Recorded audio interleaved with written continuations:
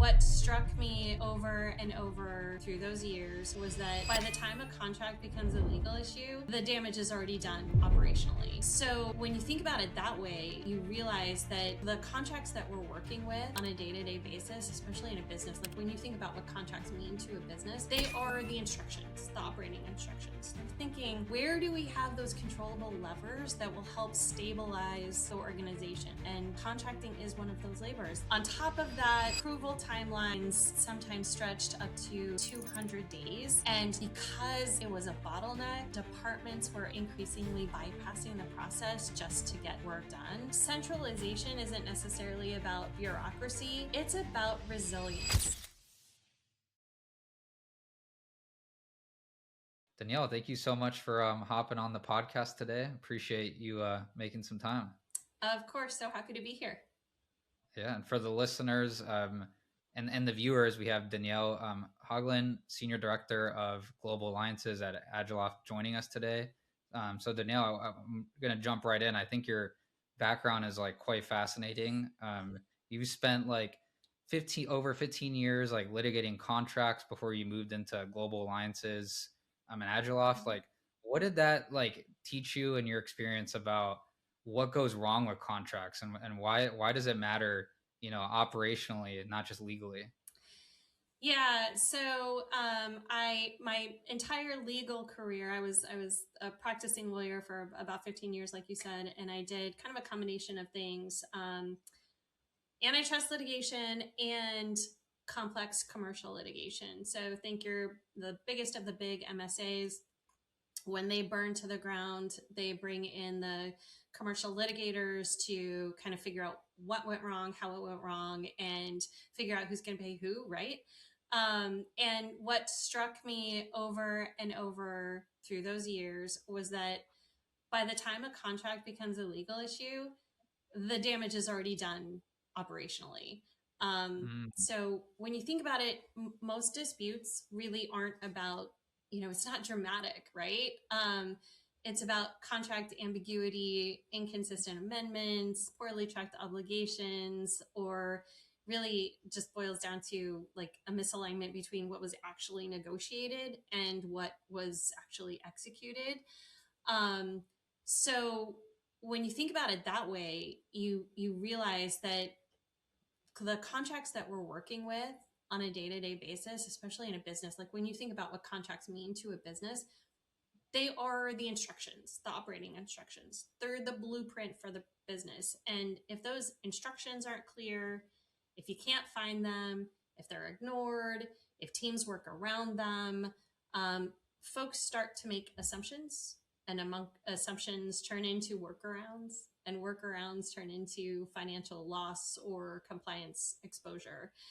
And because I did this for so long, like I know how expensive litigation is. It is insanely expensive. Nobody wants to go there. But what's more expensive is distraction, business distraction. You were talking, leadership time, operational disruption, reputational risk. All of that comes with not managing contracts, or all of that comes with, like what not managing your contracts can bring. And it's that experience that made me really passionate about fixing contracts upstream so that organizations don't end up managing those crises downstream and end up in litigation. And like I said, when you think about it, the best contracts are the ones that no one ever argues about, right? Because they're crystal clear, they're visible, everybody can find them, they're executed consistently, and everyone's happy. So I have to say I like this job a lot better because like people are happy to talk to me. When I was a litigator, nobody was really super stoked to talk to me. Can imagine. Yeah, that's well put. Like what you said about fixing, contracts. Like your background led you to that understanding of wanting to fix contracts upstream. Yep. And I think there's a term for this in the industry, right? Like contract lifecycle management, CLM. I think it's a big buzz term. And this impacts like provider organizations too, right? Like your largest health systems in the country. And at Agiloft, like from what I understand, you guys do a lot of work with these providers and health systems, and you have a big install base with hospitals across the country.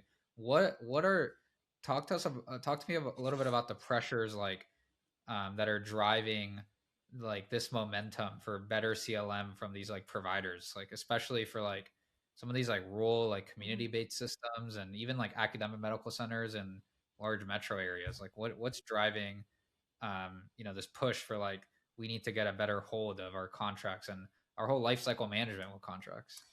Yeah, so one of the biggest things is contracts. Like I said before, for any business, whether it's a healthcare system, large or small, really any kind of business, contracts are the blueprints. Like they're kind of the lifeblood of the organization. And when contracting is one of the levers that health systems and, like I said, every other business can use to really help improve and stabilize their financial resiliencies. Um, you mentioned that health systems are facing a lot of pressure, like especially today, a ton of pressure. There's reimbursement compression, there's rising labor costs, there's increased regulatory scrutiny, and in a lot of cases, especially in rural hospitals, there's shrinking reserves. Um, and like I said, the rural and community hospitals, they're typically hit the hardest because they have less margin for error. Um, but and I don't want to get kind of stuck into talking about, margins and financial resiliency and things like that. That is absolutely important, but we're not just talking about those things for margin. We're not just talking about margins for their own sake, right? Yep. What that means for hospitals is that they can stay they can stay operational, and that is so important to communities, because when you think about what hospitals mean to communities, they're often the largest employer in the region. Obviously, they're the provider of emergency medical services, specialty care, safety net access. So when hospitals struggle financially, it's not just a balance sheet issue. Jobs are affected, access to care shrinks, and communities really feel it. So when leaders in these organizations, when they're looking at contract lifecycle management or contracting, they're not necessarily thinking, how do we make contracting more efficient? They're thinking, where do we have those controllable levers that will help stabilize the organization? And contracting is one of those levers. They can't control CMS reimbursement policy, right? They can't control inflation, but they Mm, can control how efficiently and consistently they execute contracts. And when you think about where contracts sit in the organization, they're upstream of revenue cycle, they're upstream of procurement, mm, they're upstream of compliance and physician compensation. And when the contracting process is fragmented or manual, then everything downstream becomes more expensive and unpredictable. So, like for rural systems in particular, a single missed renewal, if you're doing everything manually, a pricing escalator that goes unnoticed, or a payer term that's not applied correctly, these things can materially impact their financial stability, which in turn can impact the communities they serve. mm. So it's really, really important. Yeah, I mean, well said. I mean, I think the point you made on everything downstream becomes more expensive if you don't fix the Yep. upstream part of CLM is so true. And I've even had like a whole podcast on a whole episode on this podcast talking about the issues that are facing these rural and community health systems. They're already under a lot of financial strain to run the business that they have. And so I think contracting is an essential first step to all of it. And I'd love to like dig a little deeper on what that looks like. I think you guys have a real life like case study with that with Rush, where you guys saw that a lot of those same problems we just talked about, but certain changes like happen operationally as a result of them fixing CLM upstream, right? So can you tell us a little bit about this case study and the type of, outcomes that it led to after, they started to work with you guys? Absolutely. So we are really delighted to have the Rush University Medical System as an Agiloft customer. Delighted because they're like a great customer, fun to work with, but also what they were able to accomplish just by getting their arms around the contracting process was was huge. It was like truly a game changer for the organization. So kind of pre-Agiloft, the contracting function was fragmented. It wasn't centralized. Contracting was legal owned, but procurement was heavily involved, and a lot of departments operated independently. So there was no standardization, no consistent routing, and there was limited visibility into how contracts tied back to vendor records, purchase orders, or budgets. And that was a really big deal. Um, on top of that, approval timelines sometimes stretched up to 200 days. Because legal was overwhelmed with reviewing everything regardless of complexity. So legal was reviewing like the NDAs, kind of the day-to-day stuff, to like the huge Right. MSAs and things like that. And because it was a bottleneck, departments were increasingly bypassing the process just to get work done. And as you can imagine, that created, regulatory issues, compliance issues, also procurement issues. It was kind of a mess. So Rush actually engaged an external audit firm to kind of look at their contracting process, and this is what kind of bubbled up through that process. That the audit confirmed that the contracting process wasn't just inefficient. Like it was a governance and financial risk. So, and at the time, Rush actually did have a contract system in place, but it functioned more like a repository, like document storage. And so Mm, they needed something that was more data driven and operationally integrated. So what they did was they implemented Agiloft, but along with that, they implemented structured intake and risk-based swim lanes. So lower complexity contracts like your NDAs and things like that were routed to procurement and paralegals. Higher mm, risk agreements went to legal, and that really helped legal prioritize. They also integrated CLM directly with their ERP system. So contracts were tied to vendor records and purchase orders. And like I said, the results were really game changing. So I mentioned approval times could stretch up to 200 days. The average approval time dropped from about 70 days to 30 days. And in some high volume scenarios, contracts were processed beginning to end in as little as 18 days. And I suspect that's probably better today. The number of contracts processed in each month nearly doubled. And what that tells us is that there was increased adoption rather than avoidance. There wasn't folks trying to work around the system. right. Um, Off process payments decreased by 80%. And that is a direct signal that financial discipline improved.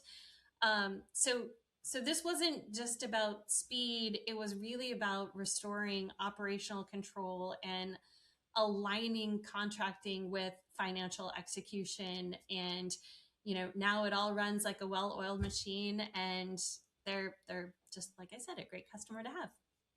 Yeah, that's amazing. That's an impressive case study, and I mean impressive results too. Like the fact that the average approval times went down from 70 to 30 days on average. I mean, just that by itself is big. And I mean, and you talked like just now about how with Agiloft Rush was able to better, connect contracts and POs back to their budgets ultimately and to the work it was intended to do.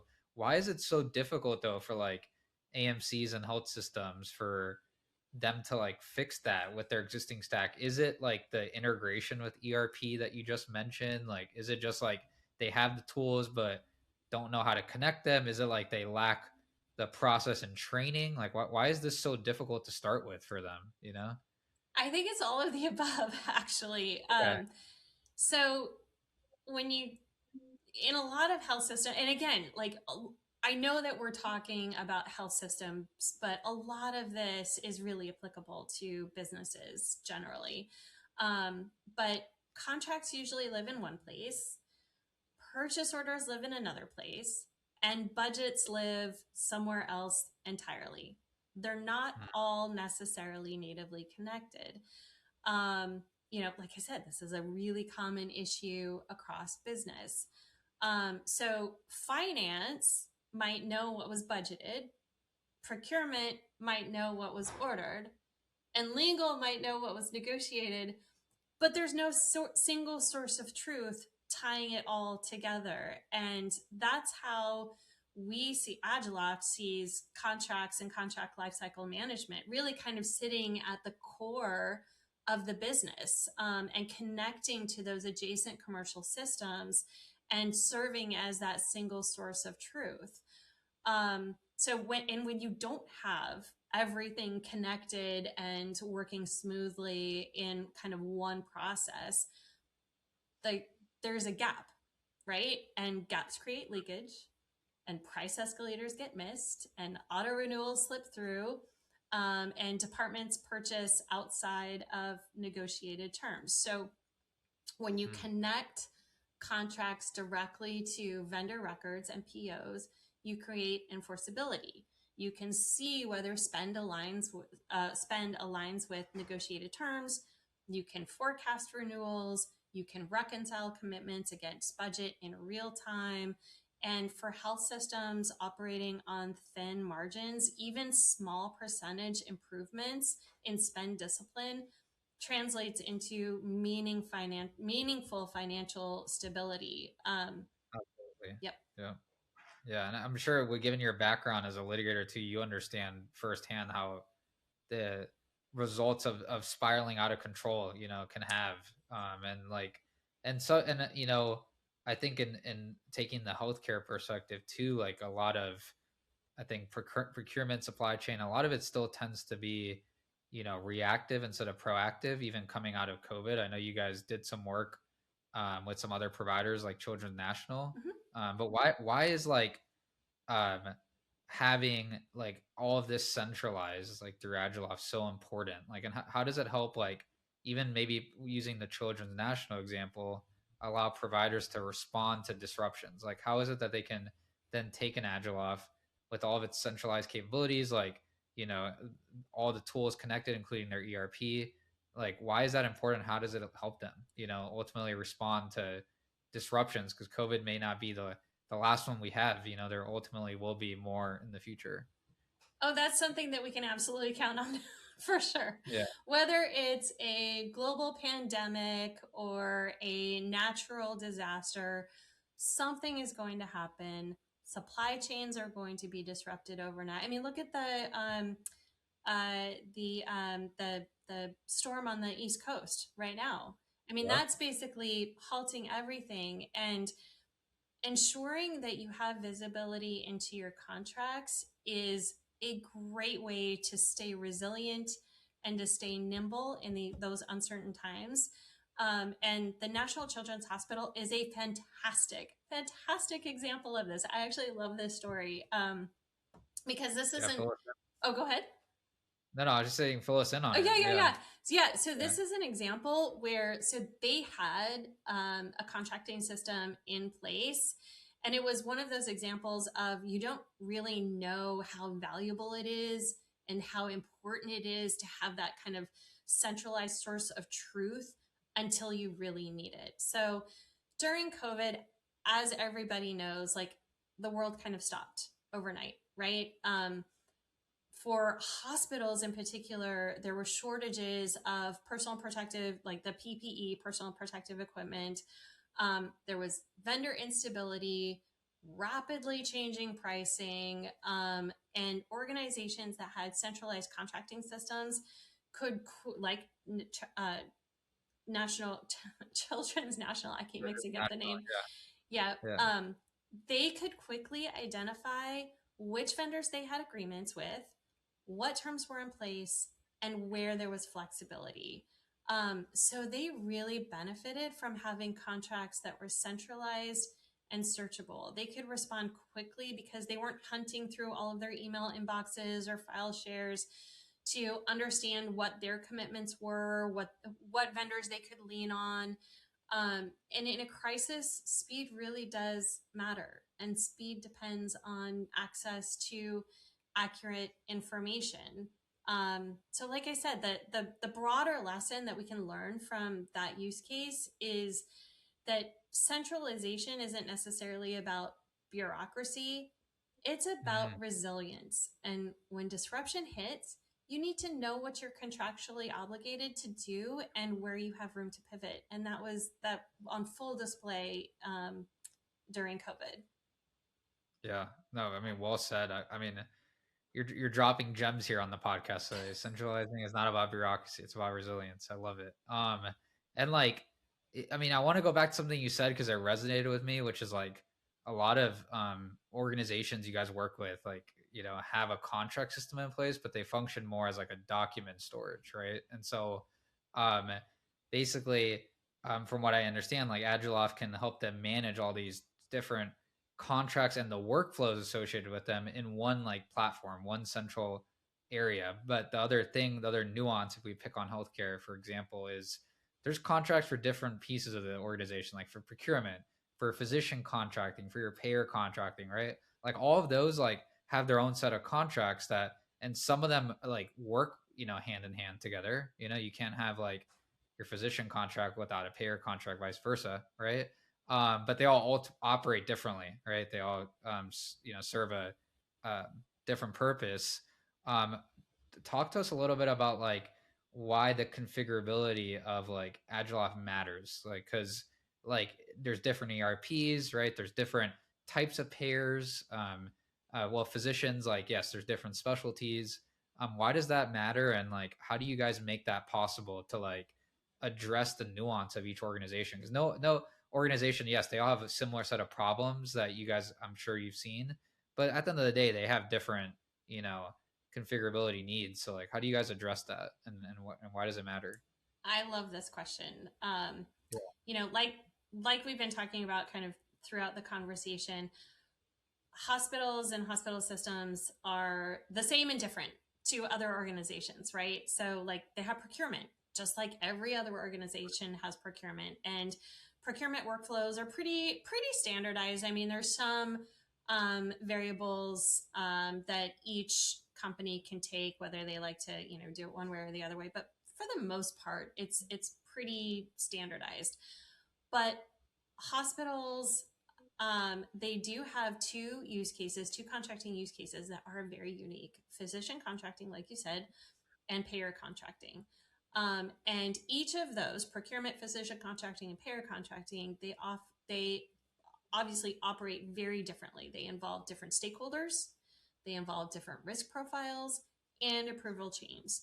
And if your contracting platform is rigid, you end up forcing different workflows into a one size fits all model, which drives frustration and poor adoption. And as we talked at the beginning of the podcast, poor adoption means workarounds, and you don't want workarounds. So configurability really matters because it allows you to build distinct workflows, templates, clause libraries, and approval thresholds for each domain while still maintaining a unified data model underneath. Um, and I will brag on Agiloft for just a minute. So we are a no-code architecture.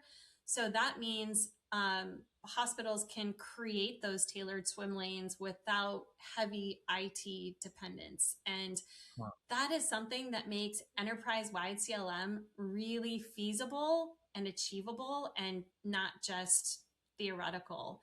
Um, and when you kind of bring it all together, you understand like different contracts need different processes, but at the end of the day, at the top of the food chain, leadership needs one source of truth. So that's why it's so important to have all of your contracting functions housed in one place and then connected throughout, connected to commercial or the adjacent commercial systems throughout the organization, and feeding that contract data throughout the organization. Yeah, well said again. And it's, I mean, playing devil's advocate, it's almost like you guys are helping them implement these, like, I'm not gonna call them workarounds, but these things that they need before they go create one-off workarounds for everything. You know, it's like you can configure these things using a no code, like a platform with the no code architecture before you go out and build out all these, one-off workaround. Because I'm sure, like, probably customers come to you guys and are like, hey, this is how we've been doing this for so long, like, I already have this system. Like, yes, it's not perfect, my contracting, system just works as a document storage, but like, here's the thing I built. Like, is it fair to say you guys are able to like configure those pieces for them, like, if to some extent, right? Like, um if they come with, like, I don't know, maybe there's specific like use cases. I know you mentioned like physician and payer contracting. Are there like specific things that keep popping up that you guys are like, yep, like we've seen this, like, this is how we can address this in the platform, Are there any of those that come to mind, like, that you could share with us? Yes, absolutely, Yeah. 100%. So, like I said, procurement, whether it's a hospital or an oil and gas company or a retail business, there are certain functions that are pretty similar. Um, Mm, and but each organization does like to do their contracting, in their own way. And I will tell you, oftentimes, organizations come to us and say, "This is how we've done contract," or "This is how we do. This is how we do contracts. This is our process," and they want to kind of right. like jam that process into the technology, which may or may not be the right way to go about it. There might be opportunities to enhance the process, improve the process, and that's again the great thing about Agiloft and being a no code platform is kind of whatever you send our way, whatever your process is, and whether or not it needs to be improved or adjusted or tweaked, we can do that in the system. But like beyond kind of workflows, which is super important. Don't get me wrong. Like developing a solid workflow for contracting is really important. Making sure that your contracts are in one place, searchable, storable, all of that, super important just on the face of that. But one thing that really kind of forward thinking organizations are doing with their contracts is using them as strategic assets. So what do I mean by that? So again, everything in everything an organization does is based in contracts. They're the blueprint, they're the operating instructions. Everything comes down to contracts. So Yep. when you think about hospital systems, one of their biggest levers for revenue is their payer contract terms. And how they're structured, what their reimbursement rates are, things like that. So when we hospital systems can use a CLM platform like Agiloft to make sure that they are in the best position to negotiate when those payer contracts come up for renewal. They can benchmark rates, they can model financial impact before negotiations, and they can proactively manage those renewals. So in this way, contracting shifts from becoming document management to decision support. And that is a really, really exciting thing. When I talked before about contracts being the levers that the organization that these healthcare systems can use, this is one of the things that I'm talking about. This is one of the most exciting areas where organizations can really dig deep into their contract data and see where they can do better in the next round, in the next negotiation. So that's been really fun to help.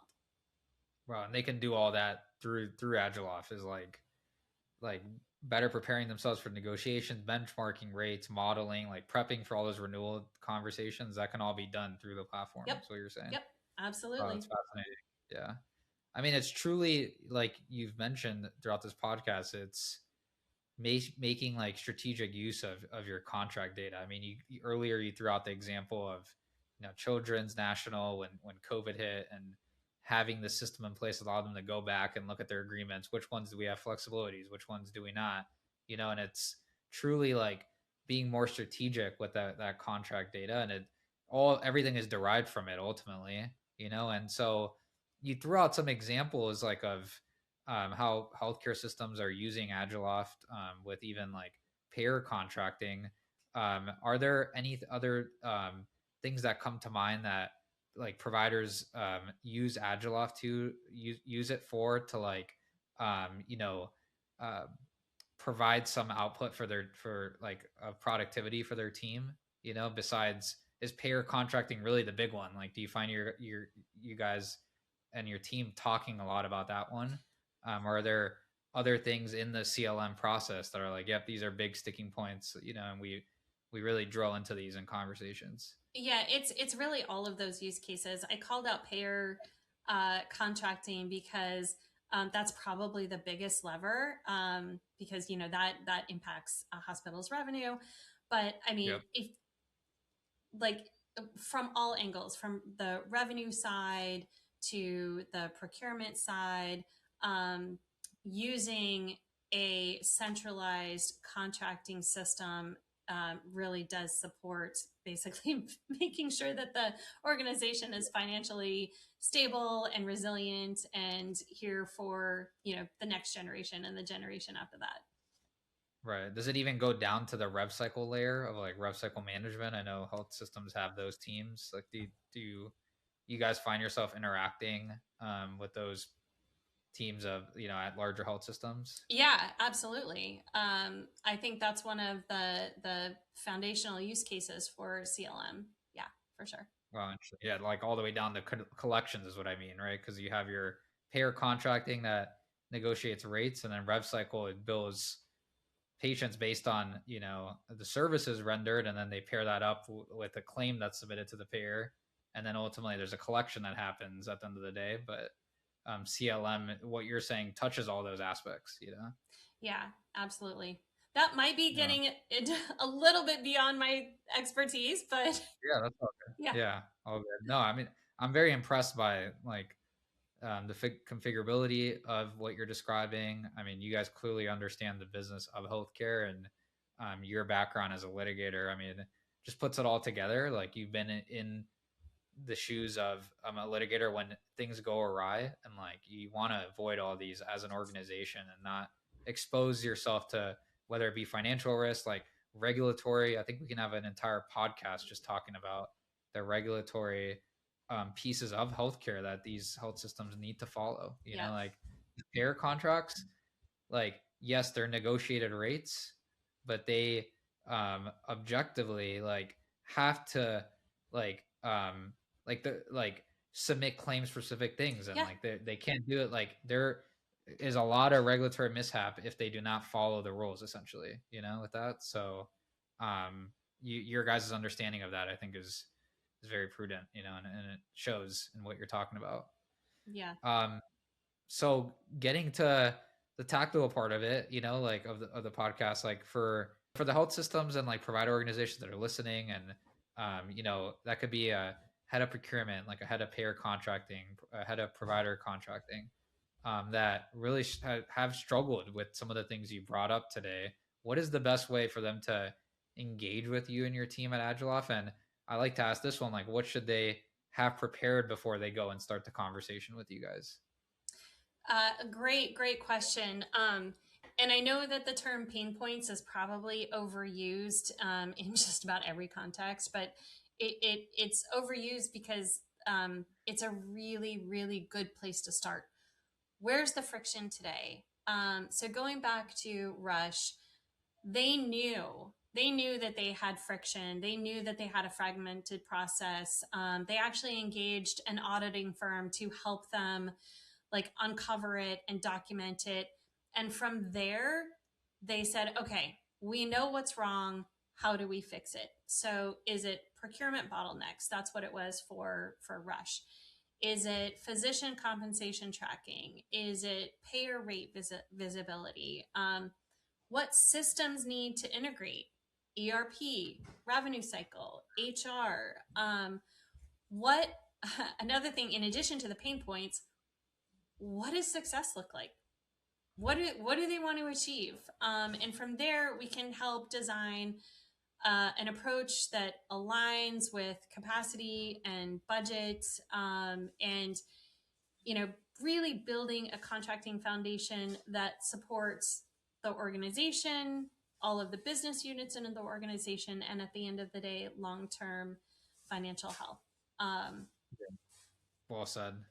Yeah, I mean, and like, is it fair to say? I know you mentioned audit a couple of times on the podcast. Does Agiloft itself provide these audits if they haven't already engaged these auditing firms, or no? Like, No, we don't provide audits. We have a pretty extensive partner ecosystem, okay, and we work with several different partners from like the big four to kind of specialists in healthcare and life sciences. So we would definitely work with one of our partners and work with our clients, and that really is kind of the secret sauce to all of this, right? It's not just you put in a piece of technology. It's you work in partnership and in tandem with the technology, the consultant. Usually, there's a consultant involved. One of could be one of our a member of our partner ecosystem, and the client to really understand the business, the process, what you're trying to accomplish, and the best way to accomplish it. yeah, yeah, spot on. I mean, it does sound like a lot of these organizations, though, often come with some level of auditing, like some foot, at least a footprint or some type of audit that informs conversations with you all. And it makes sense. Like audit, complete the audit, figure out where the pain points are, like you called it, and then find an implementation partner, like someone that can deliver the tools, the know-how, and the process. That either has worked or needs fixing. So it makes a lot of sense. And Spot on. I'm personally, yeah, pumped to continue keeping tabs on your guys' journey at Agiloft. I'm sure there's more case studies that'll come out, throughout the years. And it's been a pleasure speaking to you today, Danielle. And thanks for making some time and speaking to us today on the HealthTech2Care podcast. Absolutely. Thank you so much for having me. It's been fun. Yeah, likewise.